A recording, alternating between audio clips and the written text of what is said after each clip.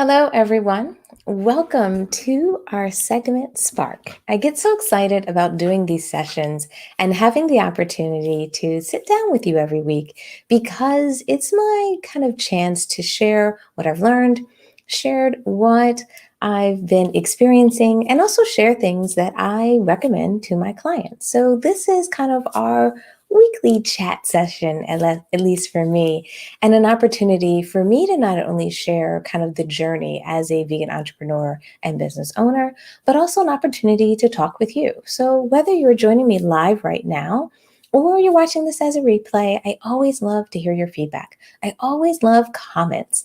I enjoy when these sessions are interactive while I'm here, but I also love to see your comments afterwards or if you've watched them before. So, if you are joining us live, I want to take a moment to say welcome. I want to take a moment to maybe encourage you to jump over into the chat and just say hello quickly so I know you're here and you're excited about today's topic. Now, let's talk about today's topic. Let's talk about why we're here today and what I want to share with you. So, today's topic is about kind of squeezing every bit of juice that you can out of your marketing. I love using that title because I want you to imagine what I mean. I want you to have a visual. So if you're not driving or doing something else, just close your eyes for a minute. And when I'm talking about squeezing all the juice out of your marketing, I'm using kind of the analogy of having like a lemon. I'm a big lemonade person. I love fresh lemonade.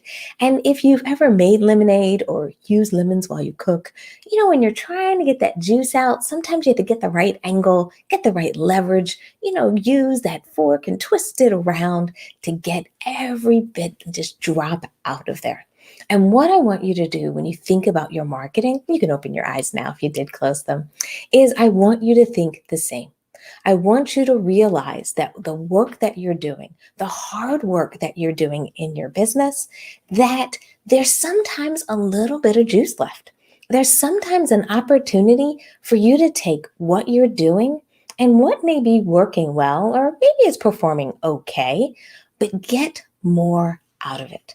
There's an opportunity for you to look for a way to make what you're doing better, as opposed to thinking that you need something new, as opposed to assuming what you're doing is broken.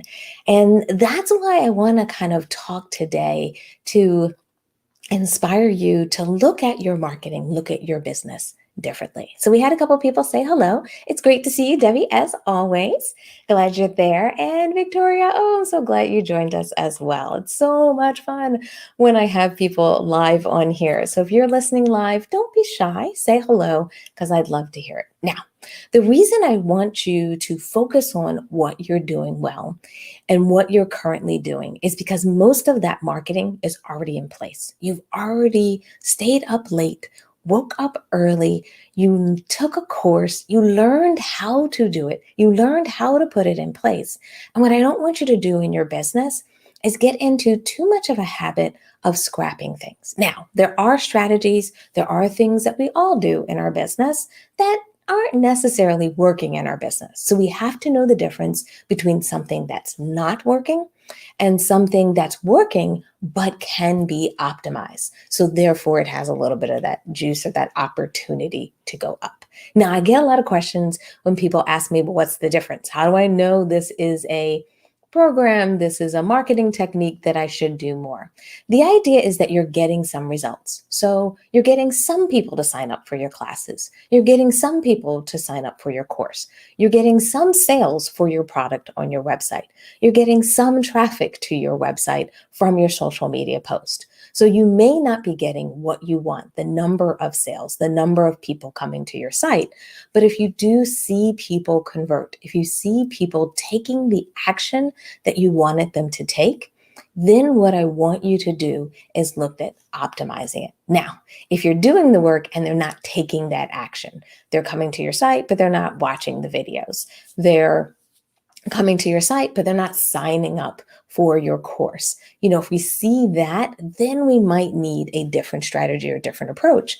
But if you start to see a little bit of the magic happen, what I want you to do is see if you can do something to make it a little bit better. something to make it a little bit stronger, and something ultimately to take it to that next level. Now, the question I always get when I say this is people are like, what do you mean? Like, what are you talking about?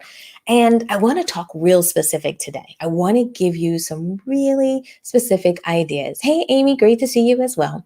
I want to give you some specific, kind of tangible things that you can look for in your business to do, because the idea is often that next great idea or that idea that gets you from 5 students signing up for your class, 50 people signing up for your course, getting enough traffic to your blog, getting 20 people, 50 people, 100 people, 200 people, 500, 1,000 people to your blog each day. Those things, or the way to get there, is often from the tweaks. It's from you looking at what you're doing and making it better. So I'm going to use a couple of different examples on things that you can do and how you can enhance the current marketing that you're doing. All right. So if you're doing things in social media, as an example, a lot of us tend to use a lot of photos. We tend to use photos as a great way to show off, let's say, food, especially if you're a lifestyle coach, especially if you do cooking classes, especially if maybe you even sell food or maybe you sell meal plans, something that makes food really kind of not only appealing to your audience, but something that helps you sell your product. Maybe your product is food. You sell a certain type of dish item, or you have a restaurant. What I want you to do when I talk about the tweaks, when I talk about the nuances, instead of just taking a picture of your dish and putting it on social media, I want you to take a video of that dish. Not a long video, can be 15 seconds, and put it on a loop. And that video loop that you're doing may just show you turning the plate. It may just have you moving the phone over the plate or over the setting of what you're showing. And what happens is, instead of you doing something totally different, what we're doing is we're taking kind of an approach that you've already had, and by turning it into something more dynamic, turning it into something that has a little bit more dimension to it, often what we see in results in social media, that video will outperform images. So what I want you to do is I want you to test that out, but I want you to test it in a low tech way. I want you to test it out in a way that doesn't take a ton of your time, because what happens often is when I give these recommendations, next thing you know, people are trying to book the photographer and they're setting up a whole video shoot. And while that's awesome and fun, the reality is I don't want you to go that far. I want you to look for the tweaks. I want you to look for the nuance in what you're doing and see if you can make it better. Can you enhance it? Can you create something? Now, there's software on most of our phones that will actually create those videos for you. Some of it is native into our phones, as well as there are apps, an app called Boomerang that'll help you create some of those videos. Even Facebook has gotten into it where they create those like 3D images. Anything like that where you can enhance your images, see if those get you an additional lift, get you more people clicking, more people commenting, more people seeing those images. All right, now that was just a small example. And now let's talk about how you go bigger. Let's talk about how you can make your tweaks even bigger. One of my favorite things, especially when we're thinking about sales, I know for many of us, we're trying to grow our businesses. We're trying to get more people to buy our products, more people to sign up for our programs, or maybe you're on the nonprofit side and you're trying to get people to donate, get people to support, maybe even get people to volunteer. One thing that I think people forget to do is that they create their sales page. And when I say a sales page, this is the page that is designed to get someone to sign up for whatever you want them to sign up for. And what people forget to do is to add components to that sales page over time. So your first version of that page, or the first published version of that page, we're going to call that published version 1. What I want you to think about in your marketing is, if you're starting to see sales come in, but not as many as you expected, then take that page, take that as kind of a, if you were an artist in a sense, that was your beginning piece of your canvas. and think about how you can add to it. Think about how you can enhance it. So let's talk about some enhancements. Enhancement number one are testimonials. I can't tell you how many people forget to put testimonials on their sales pages. And when I talk about testimonials, these can be testimonials from students, from customers, from anyone who has used your product. Now, some of you may be saying, I don't have testimonials yet. That's okay. Think about 2 or 3 customers, send them an email today, tomorrow, let's say by the end of the week. And what you can do is ask them, would you be willing to do a testimonial? See if you can get, you don't need 50. You don't need, I think a lot of times we think we need like a ton of stuff to make the difference.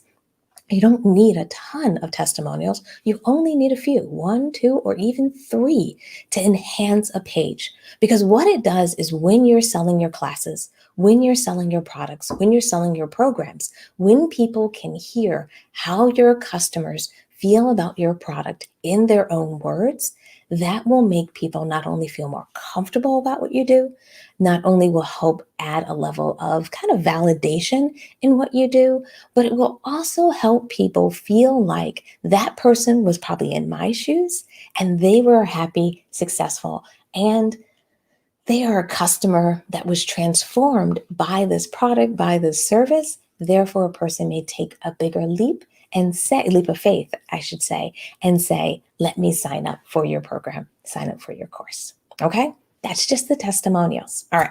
Next thing I want you to do is I want you to add a video to your sales pages, to your promotional pages, to your product pages. So even if you sell a physical product, say you make vegan t-shirts, say you make vegan skincare, say you make, oh, let's think, maybe you have these items for like hair. They're like, like scrunchie kind of things to put in hair. What I want you to do is create a video that's kind of like a product video and talk about the product. Talk about how you created the product. What was your inspiration for it? Even demonstrate the product if possible. And when I say demonstrate the product, this is if you have, let's say a vegan t-shirt, what you may want to do is wear the t-shirt. You may kind of take it out and show the t-shirt and talk about it, talk about the material, talk about what type of t-shirts that you use. Give people that perspective and background. Now, I don't want you to do like a mini cooking class in this video. I think that's a bit much necessarily in your intro video at the top of the page. But if you're doing, let's say, a cooking class as an example, I want you to do a video where you come on screen and you talk about the experience of being in a cooking class with you, what you do, how you do it. How is that experience transformational? How have you helped students? And then what I want you to do is include a story about where and how you've helped somebody. Talk about either a class that you've done and had a student that was really blown away by what they learned. Talk about someone who signed up for your program and after completing your program, your training, what it meant to them. Or your product, talk about a customer who's a very loyal customer and maybe sent you an email recently or told you about how your product or service has changed them. I want you to have some stories in these videos because they're not really sales videos. They're not like infomercials. That's not what we're going for here. This is just an opportunity for you to talk about your product, talk about what you do, and take your sales page and give it more personality, give it more dimension. Now, when I'm talking about these videos, I don't mean super fancy. I don't mean you need to hire someone. You can use your cell phone, just need to be in a well-lit place. So it could even be outside or in a kitchen or something like that. Grab your phone, hit record. Most of our phones these days will let you edit on your phone. All you need to do is make sure your setting on your phone is at 4K. And then I want you to just record it. Hit the phone, walk around, especially if you have a tripod, do your video, come on back, hit stop, trim it down. So we take out the walks and put that video on your site. It doesn't need a lot of fancy music. It doesn't need any of that. Now, we don't want any background noise, no dogs barking in the background or anything like that. But those types of videos can work really well. I think sometimes we think we need fancy to really make it work. And what I find is when you put a video on a sales page, you can get anywhere from 5 to 10% growth in your sales. You can actually see those numbers go up because what happens is a person gets to see who made the product. They get a sense of who's behind the brand. They get a sense of really the culture and also who you are, especially if you're teaching, training, or doing something where you're going to be a part of the product or service. All right. So I want you to do these things. Now, let me just ask a couple of folks who are joining us live. What do you think of that? Does it sound scary to do a video on the site? Does it sound reasonable to be able to put some of those testimonials on the site? Is that something that you might consider doing as you move forward? Now, those aren't the only tweaks that I want you to do. Those aren't the only things that I want you to do. So I'm going to give you some more ideas while some of you are posting your comments here. When I talk about these improvements, when I talk about making these changes to your sales pages and making them better, what I want you to do is I want you to get a sense of what needs to be on these pages. So, two things I like to do when I'm doing the squeeze marketing approach. The number one thing I like to do is I do a kind of mini focus group. I'll ask 2 or 3 people, most of the time, someone maybe who's a prospect who hasn't signed up for my product, but someone that I know, someone that I maybe have chit chatted with in social media and so forth. And I will ask them if we can sit on a Zoom call and they can go through my sales page and give me any of their initial feedback or initial thoughts. Unprompted, not anything where I'm asking them, like, how can I make it better? But saying, hey, I created this new sales page. This is how I'm promoting my product or my service. Can you just go through the page and give me your initial reactions? Let me know what you liked. Let me know if you had any questions or anything like that.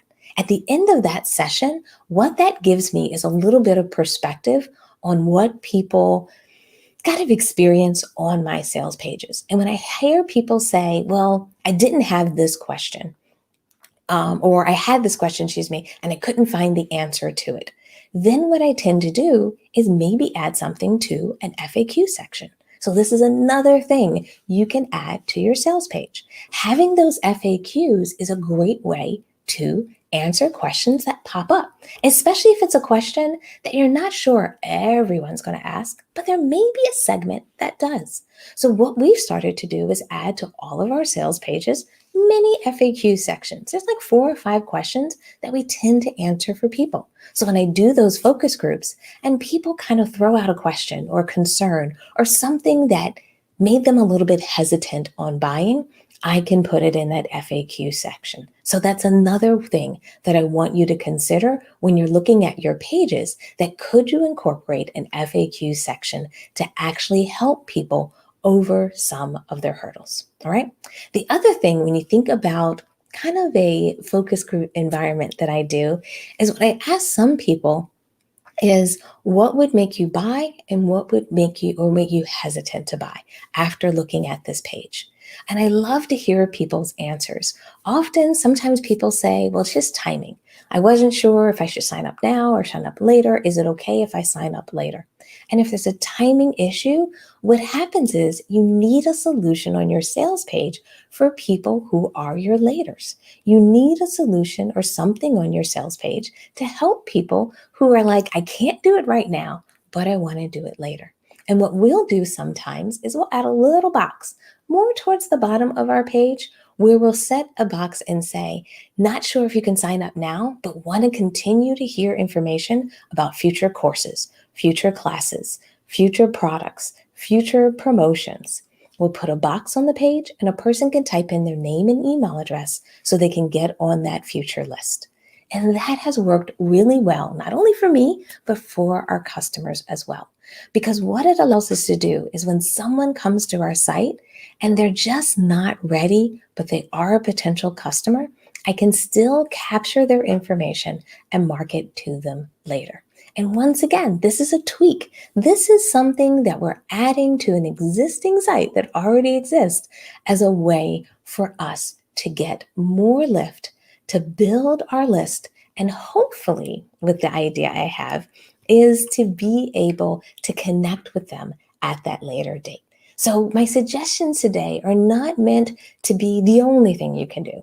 They're not meant to be the thing that, if you don't do this, you won't get those lifts. The idea, I guess, I want you to walk away with today is to make sure that you spend time probably I'd say on a monthly basis, looking at your sales pages and saying, how can I enhance this page? How can I make it better? Now, I know for some of you, you don't use the same sales page all the time. You're doing cooking classes, so you're doing a new page each time. But if you think about your cooking class pages, they're probably a template. They're probably a standard layout that you have. So each month, I want you to look at that layout and make a decision on, is there a way to enhance it? Is there a way for me to make this stronger? Is there a way for me to make things better and really engage people? And think about where you can make those changes and those updates, right? All right.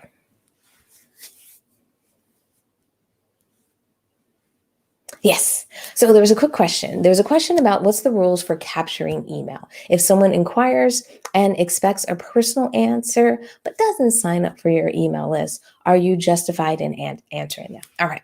So for me, if someone asks me or someone fills out my contact form, let's say, for example, and they say they have a follow-up question, they just want to know, what about this, or how do I have this, or they couldn't find something on my site, or maybe they had a follow-up question about my course. If someone just asks me a question, especially via a contact form, I do not add them to my email list because in that process, they weren't really signing in or opting in to my email list. What I prefer to do is I'd rather ask that person and say, hey, after they've answered their personal question, especially if it was a personal kind of support question that was sent to us, we will often include in an email in the response to say, hey, we'd love for you to join our email list so we can continue to let you know about future promotions and future opportunities that we have in the business. But I always prefer for people to opt in to my email list. I really prefer for people to do that, especially when they're signing up. So when I'm talking about that kind of box on the page, the key there is this is a box that is an opt-in box. This is a box where you're making it clear that a person is opting in and joining your email list. This is not a personal inquiry or a customer service type of request. So I hope that answers that question. All right, Victoria, thanks so much. You put a comment in here about having a professionally produced video, but since then you've gone in person and you've done Zoom, so we need to address this video. Absolutely. Victoria, I hope you don't mind. We're just going to put this on the page because I think that is a great point. For many of us who have set up our sales pages before all of this has happened in the world, before all of the changes that have happened in 2020, you might have had a video on your page, which is probably a beautiful video. And Victoria, I've seen yours. Yours is amazing. But that video speaks to your classes and your academy being in person. So there's an opportunity to update that video and actually having something more casual, something in your home, and also what's kind of a great opportunity with those types of videos, and this I think was for everyone out there, is because things are going digital, it's so important in these videos that we add to our sales pages, in these videos that we create these days, to show and express to people how the digital or the Zoom session will feel, what that experience is like. So not only kind of redoing these videos that help people understand when a service has transitioned to online or into a digital space, but also making sure that your videos help people understand how you make your digital experience amazing, how your digital experience is still awesome. It's not necessarily less than in person, excuse me. And I think for a lot of us, we struggle because we miss those in-person events and we miss really seeing people and connecting with people and the travel. And I miss it too. But the reality is being online and doing digital classes, digital programs can be just as amazing, can truly help you connect with people. You just have to design them that way. And what's going to be key is when you're doing these videos, talk about that.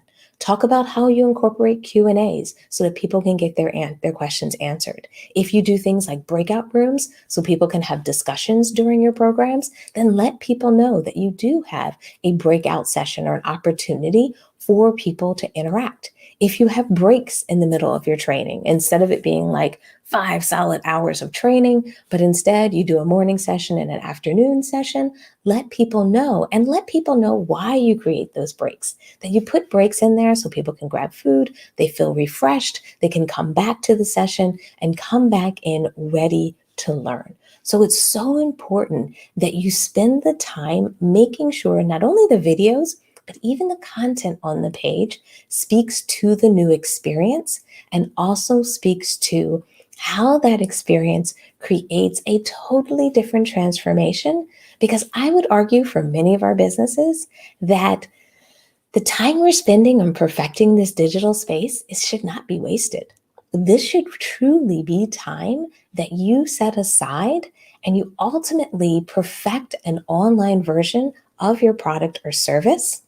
And therefore, when we are able to meet again, do things in person, you will now have multiple services, multiple offerings, multiple ways to grow your business by being able to offer in person. Now, I don't know when that's happening, so I don't have the crystal ball answer on that, but I just wanted to mention that.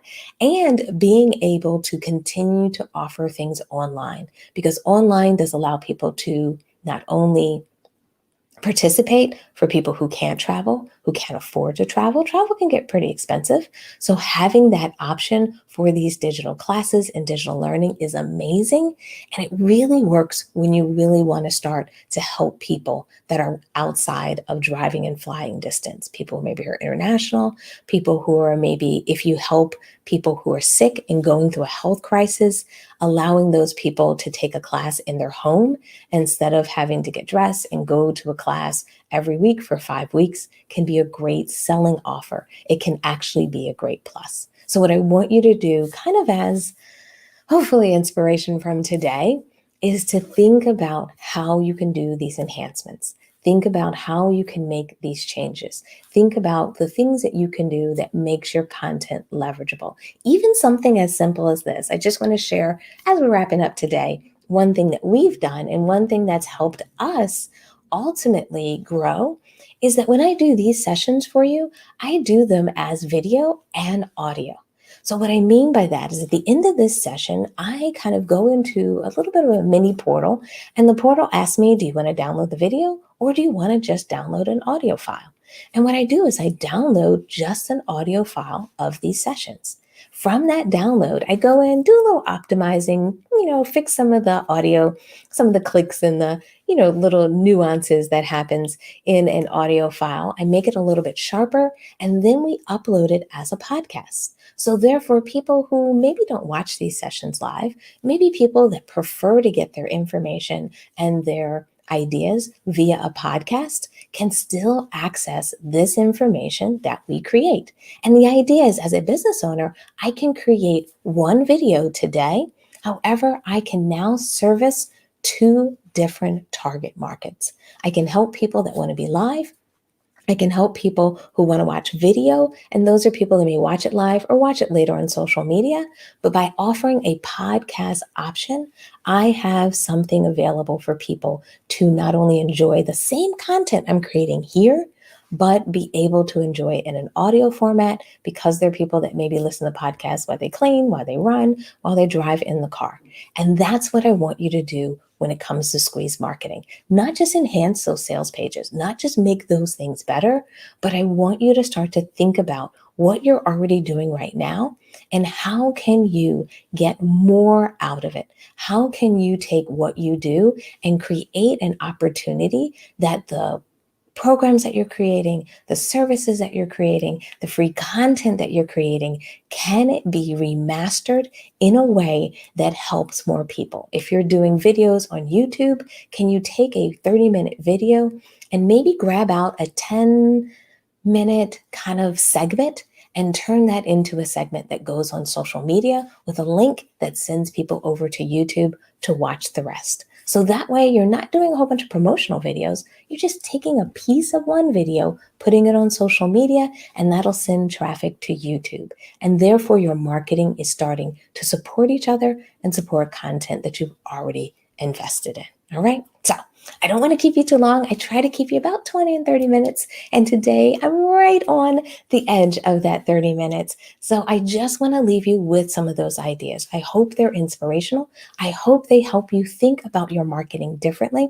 And I hope they inspire you to leverage the work you've done, to realize that you've already done so much and you may be so close to that next win, to that next big opportunity to drive more sales, to help more people, to drive greater transformations, to be able to give more people access to your content if you focused on squeeze marketing. So what I hope you'll do maybe within the next week or so is relook at what you're doing, relook at your sales, look at your social media, and see if there's ways that you can squeeze out a little extra juice and hopefully be able to increase your conversions, engagements, your sales, and your impact in your community. So with that, I'm going to wrap up today. Thank you everyone who has joined me live. It's so exciting when I have an opportunity to see everyone live here. Thank you so much for your comments. Thank you so much for participating. And if you're watching this as a replay,